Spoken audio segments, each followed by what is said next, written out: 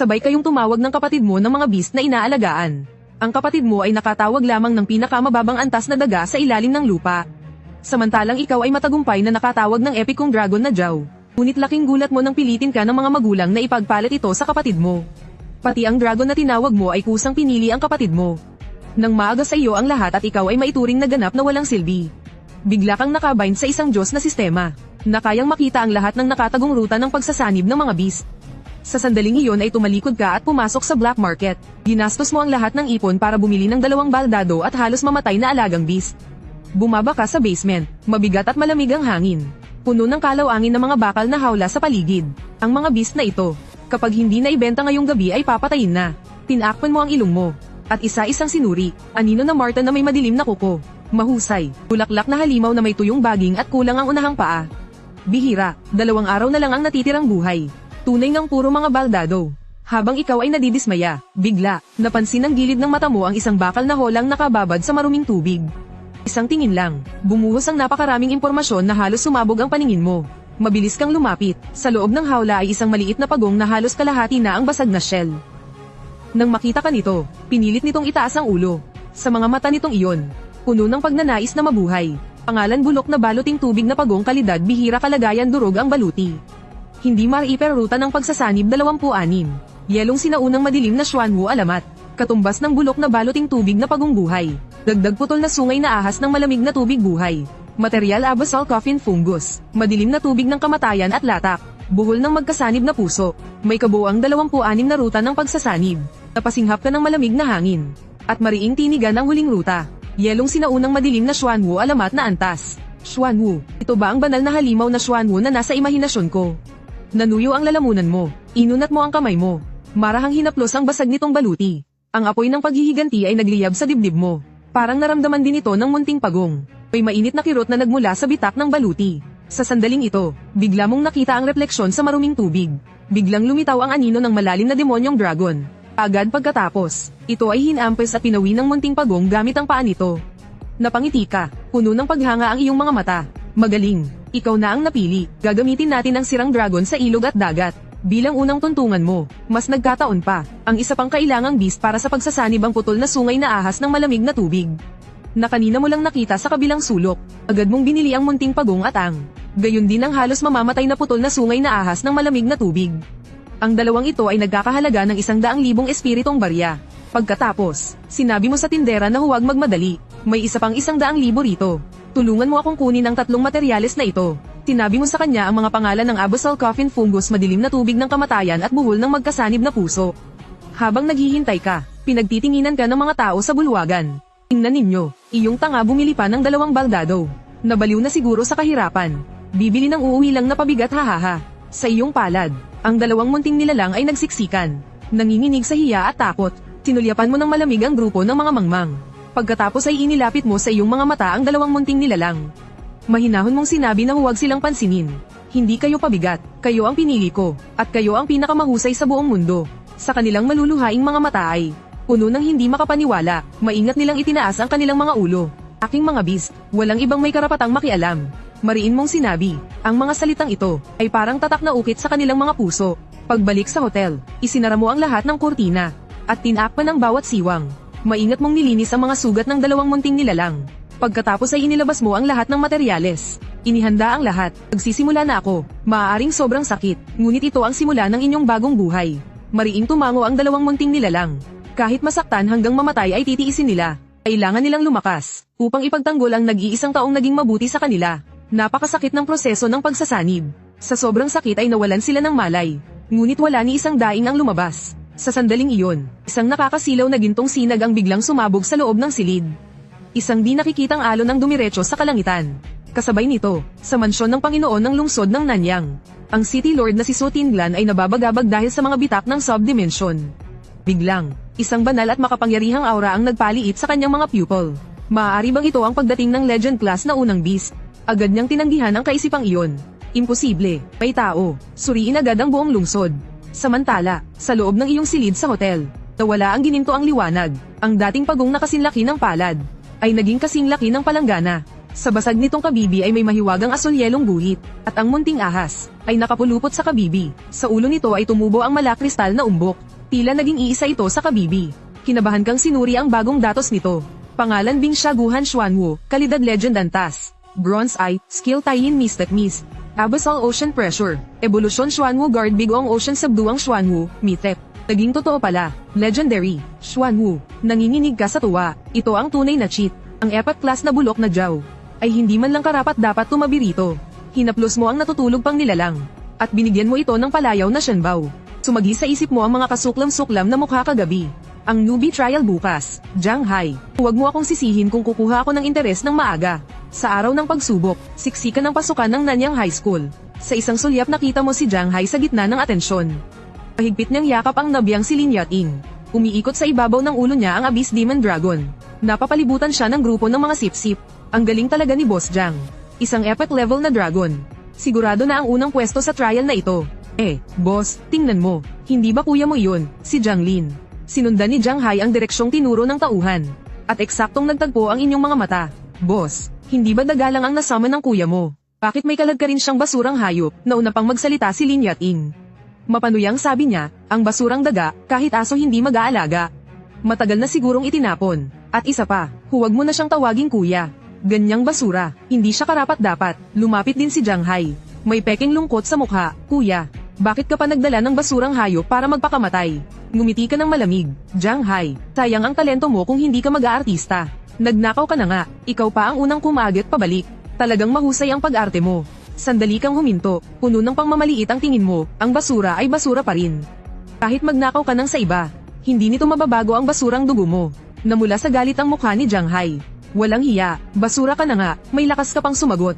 Tumalim ang kanyang tingin, at direktang nagutos. Abyss, basagin mo ang sirang kabibi ng pagong na iyon. Pagkabigkas pa lang ng utos, ang Abyss Demon Dragon ay naging isang sinag ng lilang liwanag at sumugod. Ang matalim na buntot ng dragon ay may kasamang lagaslas ng hangin. Diretsyong hamampas kay Shenbao, lahat ay naghihintay ng palabas. Ngunit, sa mismong sandaling tumama ang buntot ng dragon sa shell. May malakas na kalabog, isang malalim na asol na water shield ang biglang lumitaw. At ganap na hinarang ang atake ng Demon Dragon nang walang pinsala. Nagkagulo ang buong lugar. Si Jiang Hai ay tuluyang napatulala. Imposible, dahan-dahan kang lumingon. Tinitigan siya ng may panunokso sa mga mata. Matagal ko nang inaasahan ang palihim na atake ng basurang ito. Jiang Hai, kapag di ka manalo sa salita, dahas agad. Dahil ikaw ang nauna, huwag mo akong sisihin kung di ako magpigil. Handa ka nang mag-utos ng pagganti. Sa sandaling iyon, tumunog ang kampana. Tapos na ang oras. Opisyal nang nagsimula ang baguhang pagsubok. Sinamantala ni Jiang Hai ang pagkakataon. Hinayla si Lin Yat-ing at tumakbo papasok. Bago umalis ay hindi pa nakalimutang manlibak. Pagpasok mo sa trial ground, tingnan natin kung paano ka matatalo. Mapanlait kang ngumiti, panang pangmamaliit ang mukha. Kasama si Shenbao, pumasok ka ng kalmado. Sa loob ng trial space, ikaw ay nasa isang masukal na kagubatan. Shenbao, sa pagkakataong ito, kailangan nating makuha ang unang pwesto. Pariing tumango si Shenbao, panang determinasyon sa laban. Di nagtagal, nakilala ninyo ang unang halimaw, isang bronze level 2 na Thunder Fang Wolf. Sakto, ikaw ang gagamitin ko para subukan ang lakas ni Shenbao. Panang kumpiyansa ang iyong tingin. Shenbao, proteksyon ng Xuanwu. Agad kumilos si Shenbao sa utos. Isang patong ng malalim na bughaw na alon ng tubig ang pumalibot sa kanya. Direkta niyang sinalag ang kidlat na kagat ng Thunder Fang Wolf. Pati ang mga pangil ng kalaban ay napabali at lumipad. Taiyin Mystic Mist, huli kang nagutos. Bumuga si Shenbao ng isang bughaw na mahiwagang ulap ng tubig. Kasabay ng isang sigaw ng paghihirap. Unti-unting naglaho ang ulap. Sa lupa ay natira na lamang ang ganap na nalinis na bakas ng enerhiya. Isang galaw.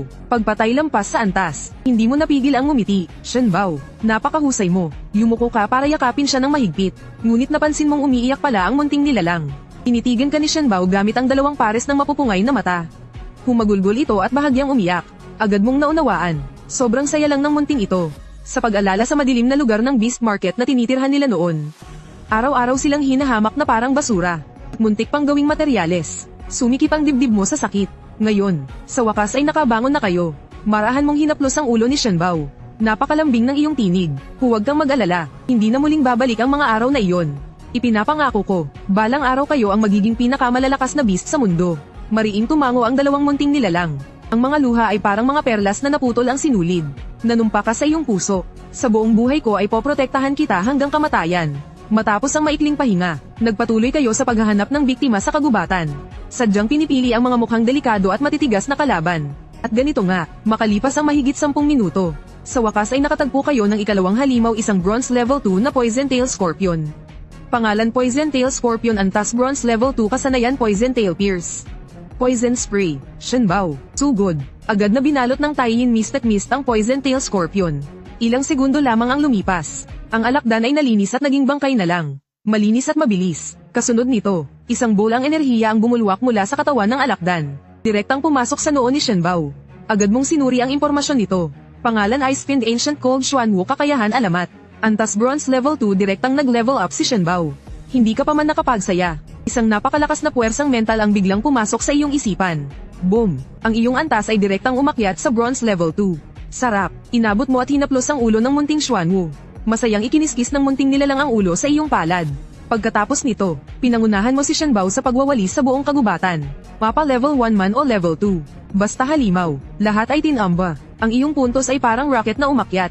Walang tigil na tumaas. Kasabay nito, sa Nanyang High School, sa silid ng monitoring ng pagsubok, pabilis na pumasok ang punong guro na si Liu Yefeng. Mariing nakatitig ang kanyang mga mata sa ranggo ng alyansa sa malaking screen. Lao Wu, kumusta? Ilan ang pumasok sa top 1,000 mula sa ating paaralan? Umiling ang responsable na si Wu Yang. Mukhang dismayado punong guro, huwag na nating banggitin. Mas mahina pa ang batch na ito kaysa sa nakaraan. Hanggang ngayon 3 pa lang. Nakunat ang noo ni Liu Yefeng. Lubos ang pagkadismaya, bamantong hininga si Wu Yang grade A. Sa ngayon tanging si Jiang Hai na tumawag ng epat na dragon ang medyo maayos. Iliting nakapasok sa top 200. Nabigyan ng grade A, yung dalawa nasa lampas 800 pa. Mahabang buntong hininga ang pinakawalan ni Liu Yefeng. Mukhang sa World Challenge laban sa Succubus Clan. Matatalo na naman tayo ngayong taon. Sa sandaling iyon, handa nang ilihis ni Wu Yang ang tingin. Nang biglang may lumitaw na pangalan sa pinakailalim ng screen. Nanyang High School, Jiang Lin. Punong guro na dagdagan pa ng isa. Napangiti si Wu Yang. Pasiga na sana siyang magbabalita. Ngunit bigla, halos lumabas ang kanyang mga mata. Ang pangalang Jiang Lin ay parang baliw na sumisipa paitaas. Malapit nang maubusan ng lakas ang hayop na iyan. Punong guro, tingnan ninyo, kakatalikod pa lang ni Liu Yefeng. Kwasing po ba? Ang pangalan ni Jiang Lin ay nasa top 100 na. Ang puntos sa likod ng kanyang pangalan ay tumataas sa bilis na nakakatakot. 2,000 puntos. Biglang lumiit ang mga mata ni Liu Yefeng sa gulat. Ano bang nangyayari? Bakit parang sumakay ng rocket ang puntos ni Jiang Lin? Tôi nói cho bà biết. Agad niya itong iniulat sa punong himpilan ng alyansa. Ngunit ang sagot ay walang mali ang datos. Tôi nói cho bà biết. Halos mapunit sa ngiti ang bibig ni Liu Yefeng. Dahil sa sandaling ito, ang puntos ni Jiang Lin ay lumampas na sa 3,000. Direktang pumasok sa top 10 ng alyansa. At higit pa, Trái tim đại dương. bilisan, ilabas ang live na video niya. Mariing sigaw ni Liu Yefeng. Ang Jiang Lin na ito, hindi ba siya yung walang kwentang kuya ni Jiang Hai na Earth Rat lang ang nasummon? Naramdaman din ni Wu Yang ang bigat ng sitwasyon. Agad niyang inilabas ang live feed ni Jiang Lin. Ngunit sa sandaling iyon, huling nag-refresh ang ranggo sa screen. Quạt từ tặng bà đường. Direktang umakyat sa tuktok ang pangalan ni Jiang Lin. Lumagpas na sa 5,000 ang puntos. Wala nang pakialam si Liu Yefeng sa imahe niya. Isang hakbang lang ay nasa harap na siya ng screen. Sa video, tumatakbo ka kasama si Shenbao sa kahabaan ng sapa. Ang antas mo ay malinaw nang umabot sa bronze ika-4 na antas. Shenbao, sigurado ka bang may level 6 na halimaw sa unahan? Hinggilan mong tanong. Mariing tumango ang munting Xuanwu. Punong-puno ng katiyakan ang mga mata. Chỉ với bà. Labanan na natin. Ngayong araw susubukin natin kung gaano kalakas ang level 6 na halimaw. Pagkalipas ng 10 minuto, nakalampas kayo sa isang maliit na burol. At doon nga sa tabi ng sapa ay may nakita kayong bronze ika-6 na antas na Spike Back Bear. Pangalan Spike Back Bear, antas bronze ika-6, sapat na ang presensya nito. Sapat na ang bigat ng presensya para hirapin kang huminga. Pagtawid ng 2 antas para huminin. Dây chuyền này là cô tặng sao?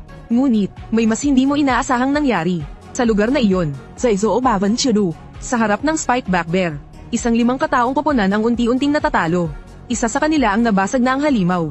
Bà tưởng giả vờ đáng thương. Boss Jiang, makakatakas pa ba tayo? Nanginginig ang boses ng isang miyembro. Ano ang kinakatakutan? Malapit nang maubusan ng lakas ang hayop na iyan. Malapit nang maubusan ng lakas ang hayop na iyan. Malapit nang maubusan ng lakas ang hayop na iyan. Malapit nang maubusan ng lakas ang hayop na iyan. Malapit nang maubusan ng lakas ang hayop na iyan. Đồ trộm cắp hèn hạ, bỉ ổi. Đồ trộm cắp hèn hạ, bỉ ổi. Đồ trộm cắp hèn hạ, bỉ ổi.